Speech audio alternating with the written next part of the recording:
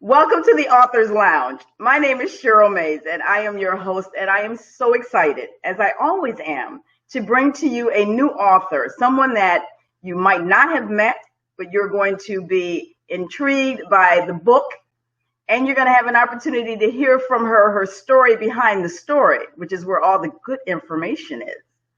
So I am really excited to introduce Gaby Abdelgadir. Gaby is a certified Jack Canfield Success Principle trainer. She's also certified in the Lin Method clutter cleaning coach. She is a Feng Shui practitioner, and she's an international best-selling author and a motivational speaker. And she's a friend of mine. So I am really excited to be able to have Gaby with us today. So you stay tuned and join us after this commercial. DreamSpire Books Virtual Launch Box. Everything you need for a successful virtual book launch in one place. Timelines, press release templates, social media advertising info, graphic design, an interview on our streaming network, and a personal coaching session. Don't forget your thank yous and so much more. Visit us at www.dreamspirebooks.com for more information.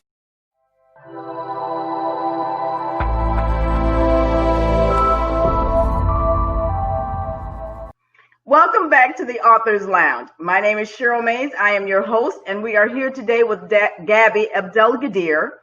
So, hey, Gaby. Hello, how are you? Nice to be here, Cheryl. Thanks for having me.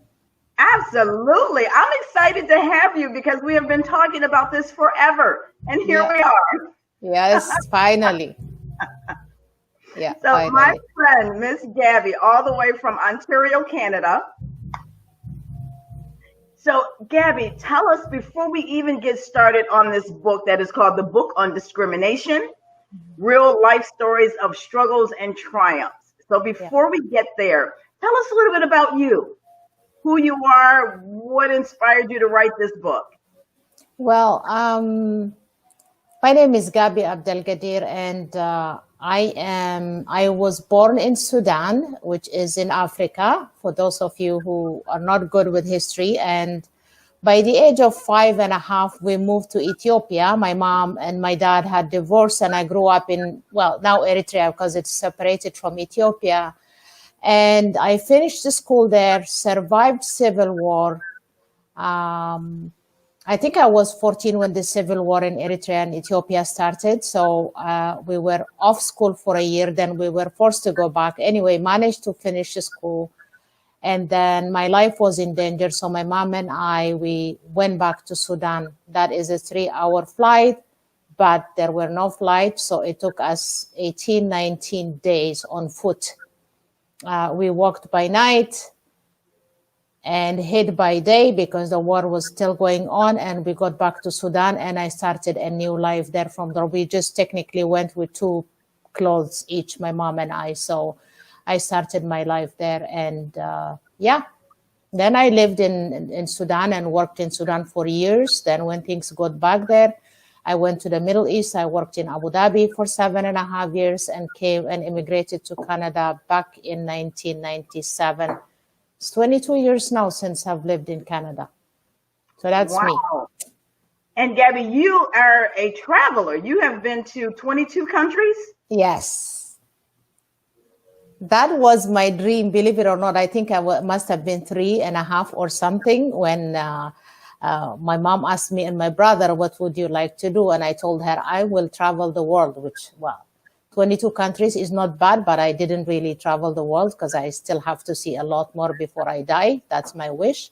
But yeah, I love to travel. It's not only about getting in a plane and going to this country. For me, I like to learn about them, about their traditions, about their cultures, their food, and their history and all that stuff. So yeah, I love to travel.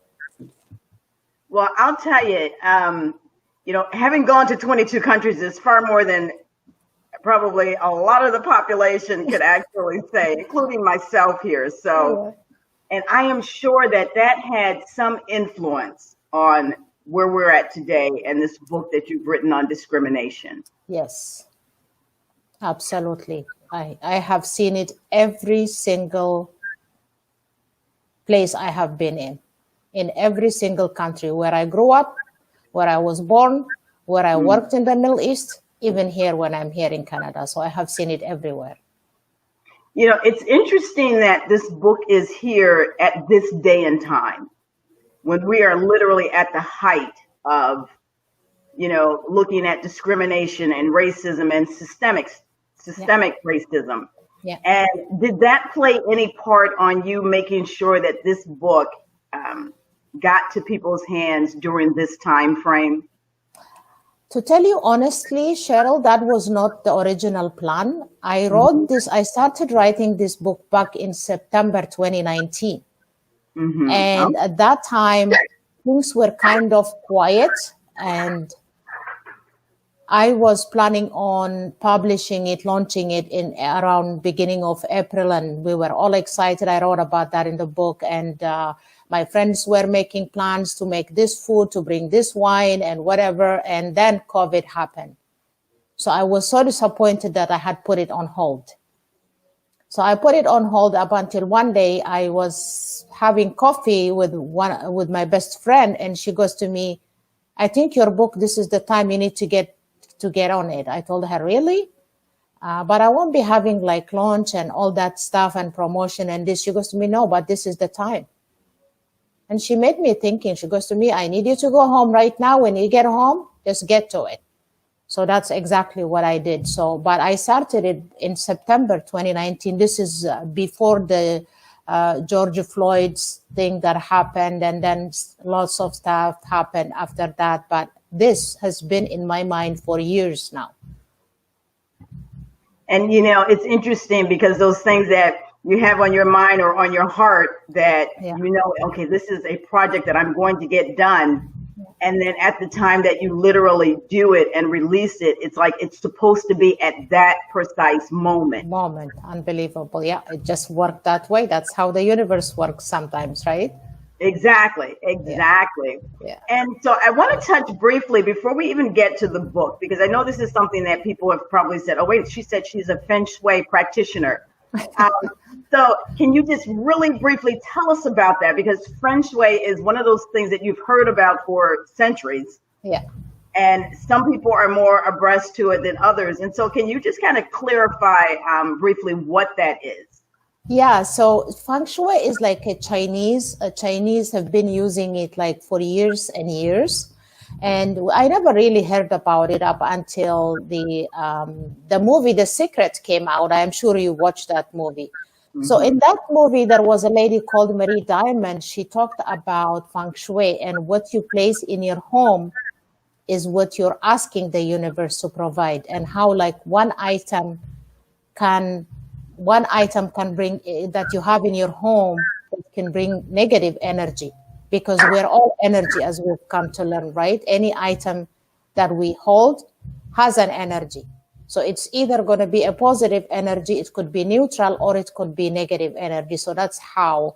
And I said, this is interesting. But I didn't get to it up until my husband passed away from cancer. And I used to have nightmares about one specific night that my husband went through. And after he passed away, I was waking up in the middle of the night, that picture of my husband, the blood coming out of his mouth, and me calling the hospital and having to take him back. And that would wake me up almost every night. And then that's when I decided to call one. So I called the Feng Shui practitioner. She came to my home, and what she saw was a beautiful Black woman. It's a beautiful, expensive art that my friend gave me when we bought the condo at the time. And this Black woman was carrying a boy, a little boy.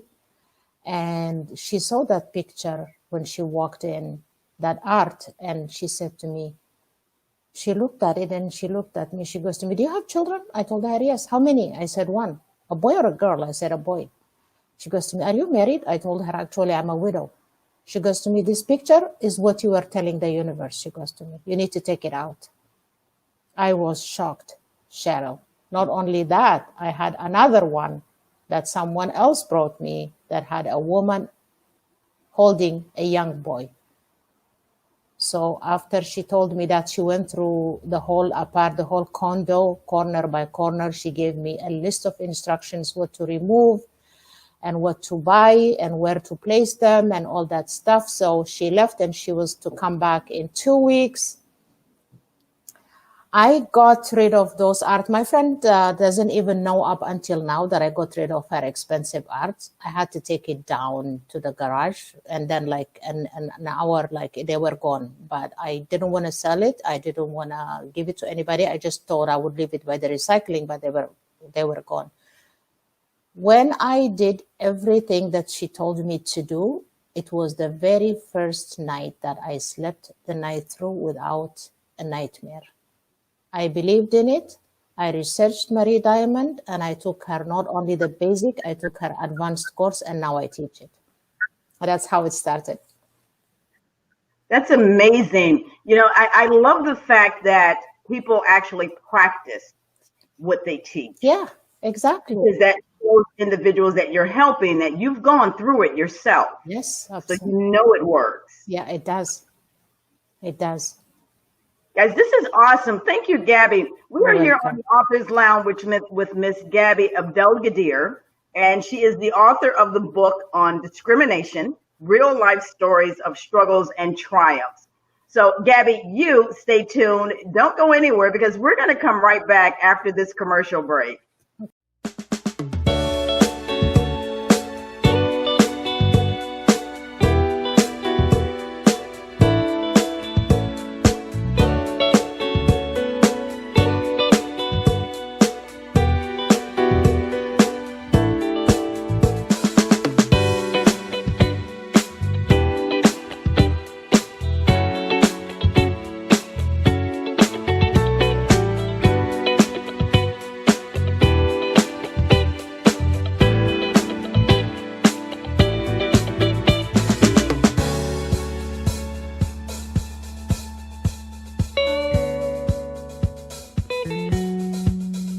Welcome back to the Author's Lounge. I am here with Miss Gaby Abdelgadir. She's the author of the book on discrimination, real life stories of struggles and triumphs. So, Gaby, we were talking about you being a Feng Shui practitioner. Yeah. And so now I want to go into the book itself. Okay. So tell us about the pieces in the book that actually resonated with you, and the pieces that you want to share with others so that they know what's the premise behind this book. Okay, so there is my own story in the book, my own stories, and I have interviewed close to 100 kids from grade 6 and above who have struggled somehow. Not only because of race, that is a big thing, obviously, but because of religion, because of culture. I have an accent, so because of their accent sometimes, and then social status. That one is also a doozy. So I interviewed people, I interviewed adults, and there are people also who shared their stories with me that are in the book. So I could not name the kids because so I did not name them to protect their identities, because some of them are very sensitive. So I've interviewed, and the more you hear these kids, the more you know that you're not alone and you had it better than some of them did. You know, that's it's a great storyline, because I think sometimes it's conversations that we don't have, especially with our kids, and sometimes not with one another, on your feelings about, discrimination, and, how do you feel about it? Have you ever been discriminated against? And what is the true definition of discrimination, to know that you have been in that experience? Yeah. So when you are always treated as a second citizen, that is discrimination for me. Mm-hmm. When you are passed over a promotion at the workplace, although like let's say you and I are, like you're white and I'm black, okay? Let's just assume that for now. And you are white, but you're performing at a 75% performance, right? And I'm performing at 92%. So who deserves the promotion? Me. No, because you are white and you have blue eyes or green eyes, whatever, you get the promotion. I have seen this over and over and over again, personally. And that is one. So discrimination for me is when you look down on someone just because of their skin color or because of their religion or their culture or because they're poor or because they're disabled. All those things come to place for me. So that is what discrimination is for me. And so your book, is it revolved around all of those types that you just mentioned, or does it hone in onto, for example, race, or is there a specific area of discrimination that you talk about in the book? It covers almost everything. It covers racism, skin color, it covers culture, it covers religion, it covers social status. So yeah, it covers everything. And this is not even half of the kids, like not half, 3/4 of my interviews are not even in this book, because otherwise it would be like a 400-page book. So my intention, maybe in the future, I'll do a part 2 of this book. Yeah. Interesting. Because I can only imagine the stories that you shared. Not only are they personal for somebody to say, I would love to, share my story with you so that you can put it into a publication piece. Yes. Because that's an opportunity for others to know. And as you stated, that one of your messages that you want people to understand is that they're not alone. They're not. They are not. If anybody, any kid or any adult, they feel bad, they feel left out, they believe they're the only one, they're not being respected or not being treated equally, they're not alone. There are millions and millions of people struggling from this particular issue. Trust me. And Gaby, as a motivational speaker, because it's also something that you do, is this a topic that you're going to implement into your speaking assignments that you get? Is this what you're looking more of? Because I know you said you're looking more at going into schools, universities, and community centers. Yes, because there are a lot of community centers and there are a lot of refugees that come in, running away from war, stuff like that. And they're always mistreated. So it's a good place for me also to be there and teach them how to deal with it. I am sure they will, just like all of us did at one time or another. So I would love to get into that. And whoever is helping them also, they need to listen to what I have to say. We're all equal. Everybody deserves to be respected and everybody deserves to be treated equally. And I would love to get to schools, the young generation especially. And so you said something that was really interesting. You said that you would want them to hear your message and what you have to say about that. Yeah. So looking at our viewers, what would that message be that you would want them to know on how to deal with discrimination or how to look at it, how to shift your mindset? What would be your message to them? My message would be is something that I said to my son years ago when he came to me one day. Mom, I am having identity crisis. The black kids, they tease me, and the white kids, they tease me. I don't know where I belong anymore. So I was so hurt. And then I said to him, listen, look at me. I said to him, if anybody asks you, oh, where are you from? Michael, this, that. And oh, you don't look like this and you're not like that. And what country? Where is that? Blah, blah. They tease him.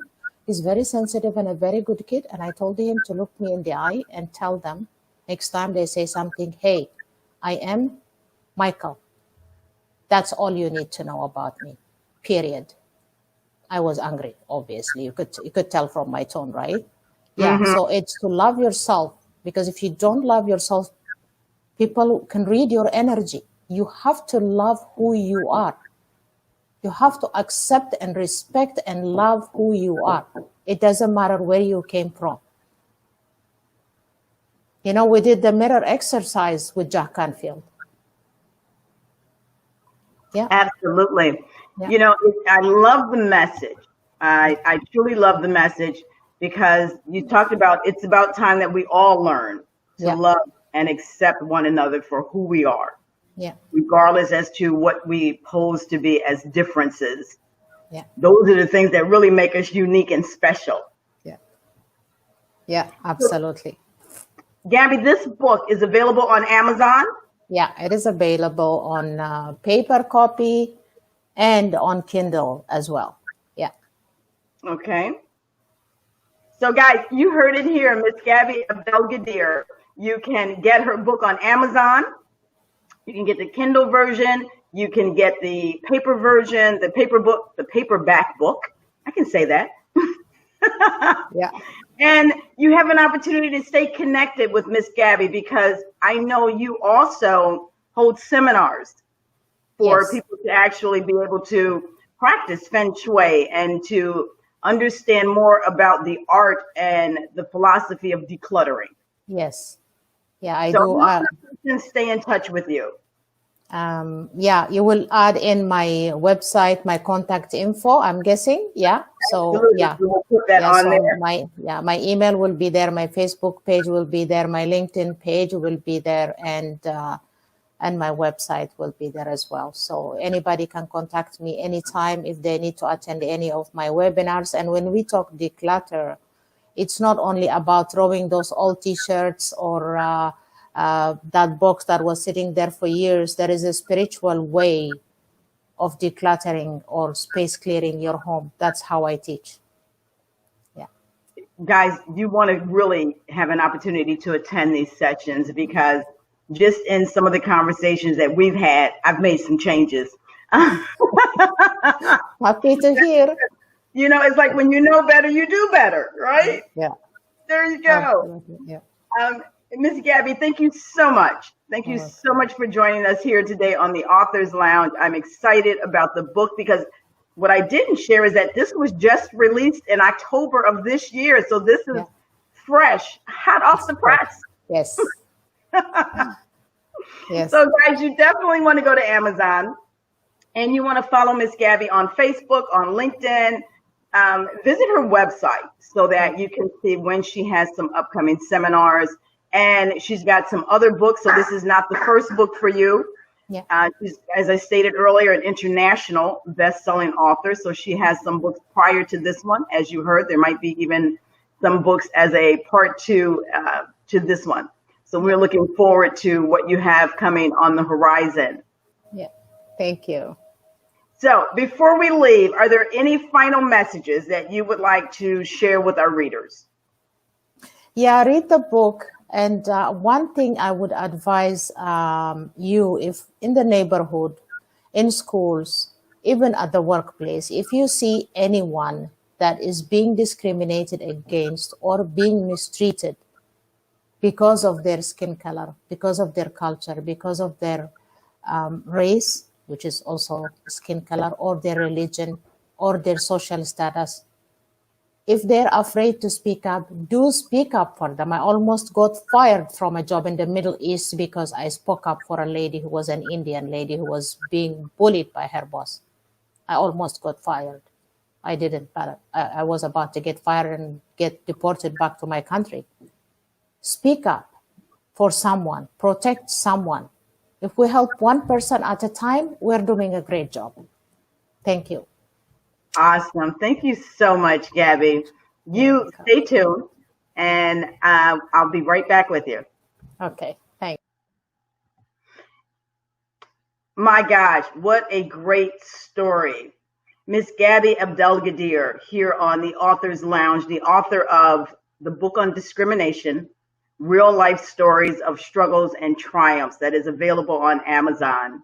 You've got to get this book. I love the message, and I agree exactly with what she said, that it's about time that we all learn to love and accept one another for who we are.